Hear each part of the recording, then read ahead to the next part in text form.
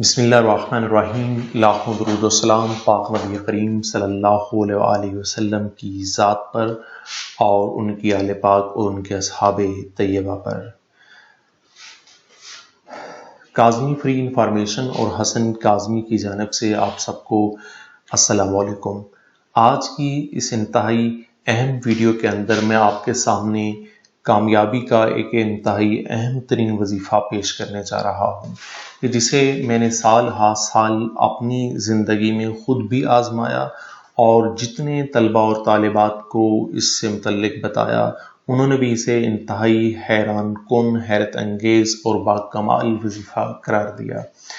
تو وظیفہ کی جانب جانے سے قبل دو تین اہم ترین پوائنٹس ہیں جو میں آپ کے سامنے ذکر کرنا چاہتا ہوں، لہٰذا آپ سب سے ایک بات کہوں گا کہ ویڈیو کو لازمی ابتدا سے آخر تک دیکھیے گا۔ یقینی کامیابی کے اہم ترین ستون دو ہیں، جن میں سے پہلا ستون دوا ہے اور دوسرا ستون دعا ہے، اور دعا کا اہم ترین ستون یقین ہے، یعنی ہمیں دعا کرنے کے بعد اللہ رب العزت کی ذات پر محکم یقین ہونا چاہیے۔ دوا کیا ہے؟ جو کہ ہمارا پہلا ستون تھا۔ دعا یہ ہے کہ کم از کم 5 سالہ آپ پرانے پیپرز لیں، ان میں بار بار آنے والے سوالات کو الگ کریں، جو کہ زیادہ سے زیادہ 15 سے 18 سوالات ہی ہوتے ہیں، انہیں اچھی طرح سے تیار کریں۔ دوا یعنی پہلے اپنے حصے کی ضروری محنت اور کوشش لازمی کریں، پہلے دوا۔ مگر کیوں؟ اس لیے کہ حضرت علی علیہ السلام کا قول ہے، جو شخص دعا کرتا ہے مگر دوا نہیں کرتا تو گویا وہ ایسے ہی ہے جیسے اپنے رب سے مذاق کر رہا ہے۔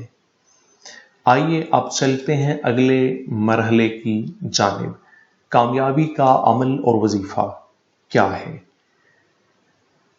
نمبر 1، امتحان والے دن کسی بھی وقت ایک مرتبہ، بہتر یہ ہے کہ نماز فجر کے بعد نہیں تو کسی بھی وقت ایک مرتبہ سورہ ممتحنہ کی تلاوت کیجیے۔ ممتحنہ کا لفظی معنی ہی امتحان لینے والی صورت ہے۔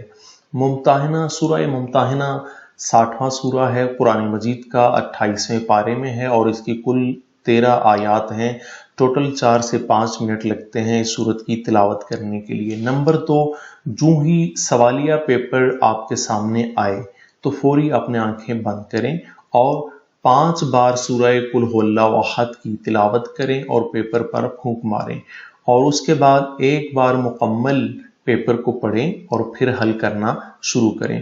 جو سوال آپ کو سب سے اچھا آتا ہے اس سے ابتدا کریں اور سوچ لیں، فیصلہ کریں کہ آپ نے تمام سوال حل کرنے ہیں، جتنے سوال کہے گئے ہیں اتنے تمام سوال آپ نے حل کرنے ہیں۔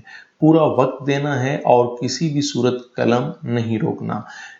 پھر آپ اس عمل کا کمال دیکھیں، اللہ رب العزت پر یقین رکھیں، جیسے وحی یا الہامی کیفیت ہوتی ہے انشاءاللہ ایسے ہی آپ کے ذہن پر مسلسل مطالب کا نزول ہوگا۔ جو آپ نے باتیں، چیزیں یاد کی، جو زندگی میں پہلے کبھی کسی بھی مرحلے پر آپ نے کسی بھی کتاب میں اس سے ملتی جلتی چیز پڑھی تھی، تو آپ دیکھیں گے کہ 5 بار جو سورہ قل هو اللہ احد ہے اس کی تاثیر یہ ہے کہ مطالب جو ہے وہ مسلسل پیپر کے دوران آپ کے ذہن پر نازل ہوتے رہیں گے، آپ لکھ لکھ کر تھک جائیں گے۔